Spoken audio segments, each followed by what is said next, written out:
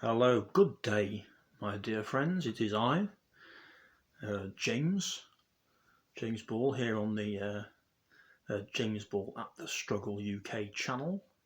It is the end of October, approaching the end of October, not quite the end, but nearly there. There's a distinct chill in the air. Winter, I was going to say winter is coming, but winter is obviously very nearly here. You can feel it in the air. The lights going, the clocks go back very soon. And it's been a while, as usual, since I've been able to sit down and spout spout on issues that I'm interested in, and I hope you are as well. And on that topic, today I've been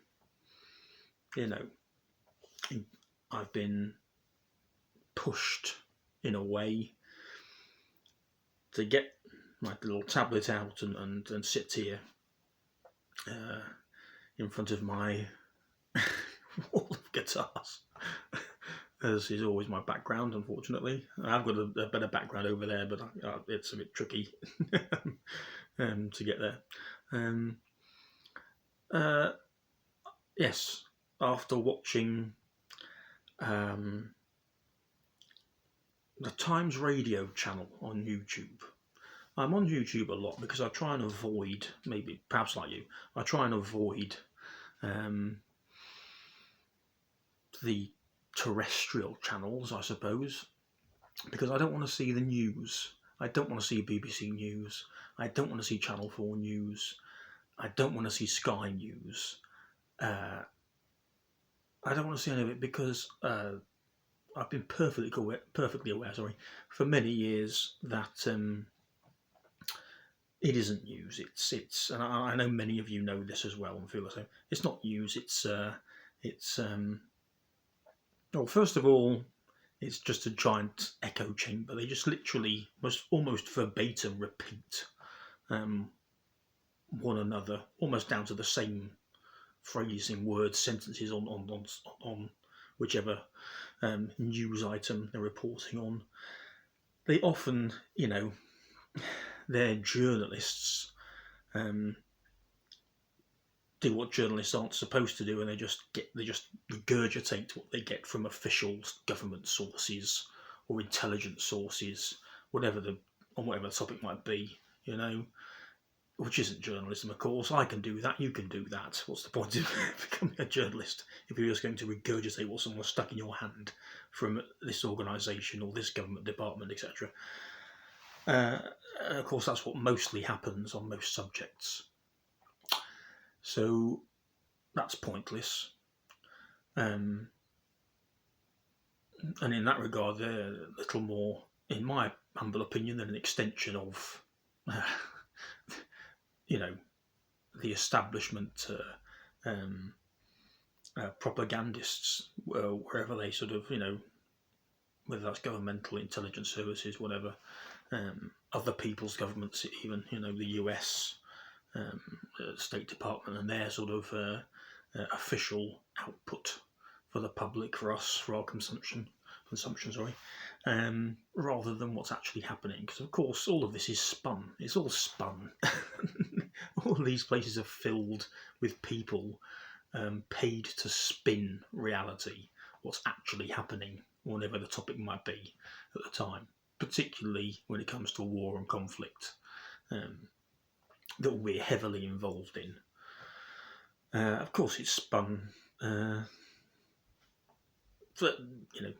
before it's sort of fed to us and the media feed it to us. So I try and avoid all of that, apart from the depression, the doom and the gloom, of course, which we all get. So I select my own sort of sources, really, if I want to know what's going on, as many of us do now, increasing numbers of us do. Which is the wonderful thing about the internet. Of course, you have to be careful because, everybody has their own propaganda wing.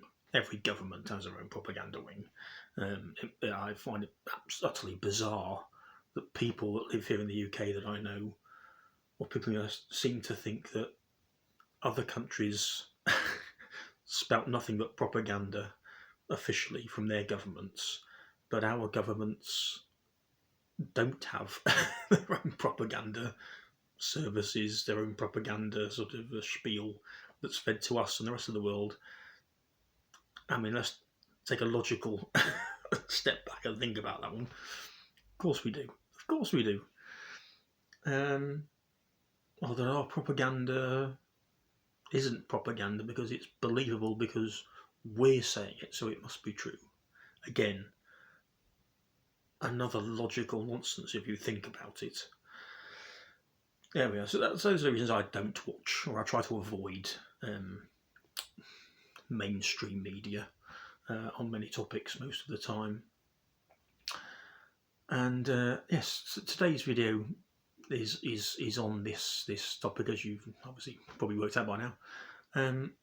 Sky News, Times Radio pop up on my YouTube feed daily, constantly, with utterly absurd thumbnails, particularly Times Radio, just, I mean, day after day, time after time, about, you know, on the Ukraine, the Russia, NATO conflict,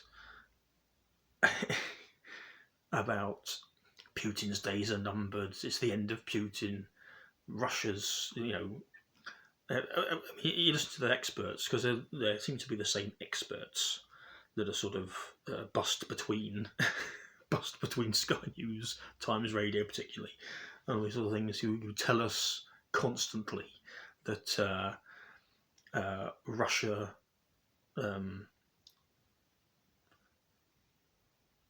is a laughingstock. The Russian army either doesn't exist,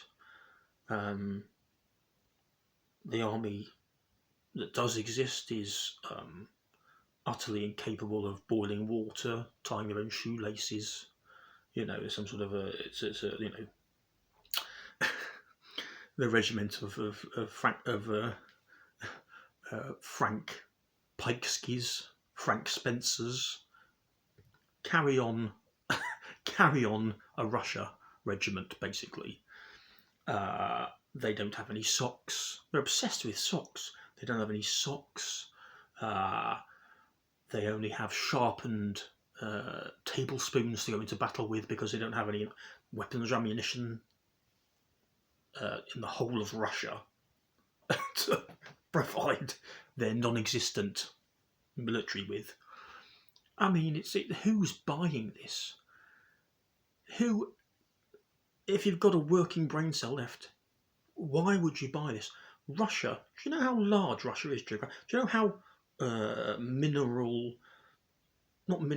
everything rich, you know, resource rich Russia is?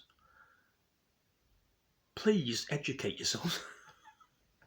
Russia is not some mythical backwater populated and run by chimpanzees with sharpened sticks. I just don't know who's buying or who's listening, who's listening to this. I don't understand who's listening to it, who's taking it in. And today, again, something else popped up on Times Radio. Well, one of the experts, Michael Clark, who's on Sky and all over the bloody place as their expert, who spouts total nonsense all the bloody time, totally misrepresents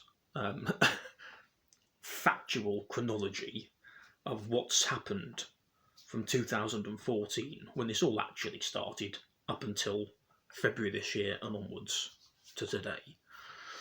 Of course, because they have to give us a skewed picture of, you know, what our governments want to present to us as the facts. It's today on Times Radio, again, flashes up on my YouTube feed, and in his sort of interview, he's asked by the presenter on Times Radio today about the famous now Iranian drones and the drone strikes that Russia's conducting in Ukraine, in Kiev and places. And he talks about numbers. He talks about, up to 80%, according to the Ukrainian government, of these drones are being shot down before they hit their targets. There's no way of knowing how accurate that is or not. He admits that. But then he goes on to make the extraordinary... I've heard him and others say this before. On Sky News and Time Radio and all these sort of... I'm afraid to say just pure propaganda channels. That's their only point. That's all they do. They exist to do. For our governments. The extraordinary assertion that the Russians targeting the energy infrastructure of Ukraine constitutes a war crime. Can anyone tell me what the problem with this assertion is? That Russians in Ukraine targeting energy infrastructure during the war in Ukraine with Ukraine constitutes a war crime. Let's have a little bit of self-awareness here. Let's cast our minds back, not too far, 22 years, 20 years, just 20 years. Let's cast our minds back to Iraq. Do you think we, not only didn't target Iraq's energy infrastructure, do you think we stopped at that? Do you think in where did I go? Afghanistan before that, we didn't do that and stopped there? Do you think in Syria that our non-official military help in Syria stopped at attacking Syrian energy infrastructure and no more? Libya. I mean, I could go on and on and on. Libya. Do you think, again, our NATO's, the West, the UK's, France, America's military actions there didn't target energy infrastructure and stopped there? The hypocrisy. I don't think hypocrisy covers it, actually. We're going to have to think of a new word. The hypocrisy. I would say to Michael Clarke and all these other experts on Sky News and Times Radio, etc., spouting this stuff, I would ask you this question. If you're telling me when Russia targets, we'll just take this example, these are his words today, their general assertion, Russia targets energy infrastructure in Ukraine, is a war crime in your opinion. I'd like you to tell me, please, and the British public watching this stuff that you're putting out to us, what you would call it when we've done it, in all of the righteous conflicts, I don't know, honest wars, I suppose you would probably, the wars that were the needed essential. What do you call it when we did it? That's what I ask you. What do you call it when we did it? If Russia's use of whatever means to take out energy infrastructure in Ukraine is a war crime, in your opinion, what is it when we've done it? Time and time again, and much more time and time again. I'd like you to answer that. I'd be very interested to know, and I'm sure many, many people, I think a growing number of people who are in the same sort of ballpark as me as far as working out that we're being fed total, I would swear. And obviously you're interested in the massive hypocrisy, daily hypocrisy. I'm sure they'd be interested to know what you would call it.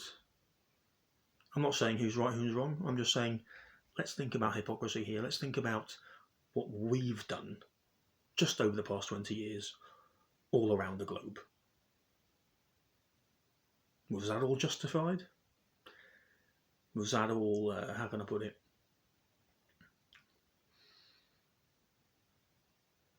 Was that all okay because we did it? But it's not okay because Russia or someone else is doing it. I find that bizarre. Perhaps you do. So anyway, that's my 15 minutes of rambling thoughts. Please comment down below. Tell me what you think. I'd be interested to know. And I'll see you next time. Take care.